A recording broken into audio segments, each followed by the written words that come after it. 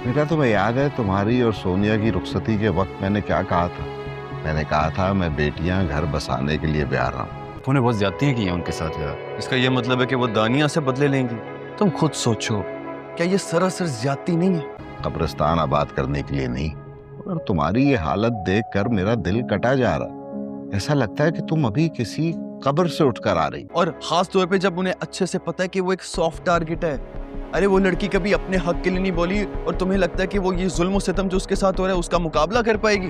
क्या दानिया को जिंदा दरगोर किया जा रहा है? घर वाले चीख उठे कि दानिया बेटी नहीं बल्कि कब्र से निकली हुई कोई लाश लग रही है। क्या वलीद अपनी माँ के जहर और दानिया की बेगुनाही के दरमियान अपनी बीवी को खो देगा? दानिया के घर वाले उसे देखकर हैरान रह गए। उसकी हालत देखकर वो बोल पड़े कि बेटियां घर बसाने के लिए दी जाती हैं, कब्रिस्तान आबाद करने के लिए नहीं। अरबाज ने वलीद को भी आईना दिखा दिया है कि दानिया तो अपने हक के लिए नहीं लड़ती। इसका मतलब ये नहीं कि उस पर जुल्म किया जाए। वलीद की माँ ने उसके कानों में इतना जहर भर दिया है कि वो दानिया की तड़प देखने के बावजूद भी खामोश है।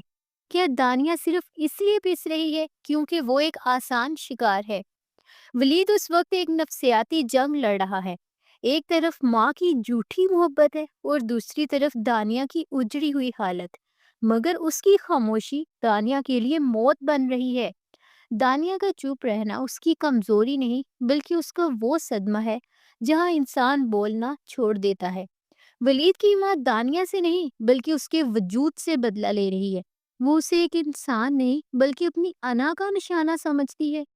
अगर वलीद ने अब भी स्टैंड ना लिया तो दानिया कोई ऐसा कदम उठा सकती है जो कि इस पूरे घर को हिला कर रख देगा। आने वाली एपिसोड में दानिया के घर वाले उसे जबरदस्ती इस जहन्नम से निकाल कर ले जाएंगे और यही वो मोड़ होगा जहां वलीद को अपनी जिंदगी की सबसे बड़ी हार का एहसास होगा। तो आपके ख्याल में क्या वलीद को अपनी माँ की खातिर एक मासूम की जिंदगी बर्बाद होने देनी चाहिए? क्या दानिया को अब इस घर से हमेशा के लिए ताल्लुक तोड़ लेना चाहिए? हमें कमेंट्स में अपनी राय जरूर दें।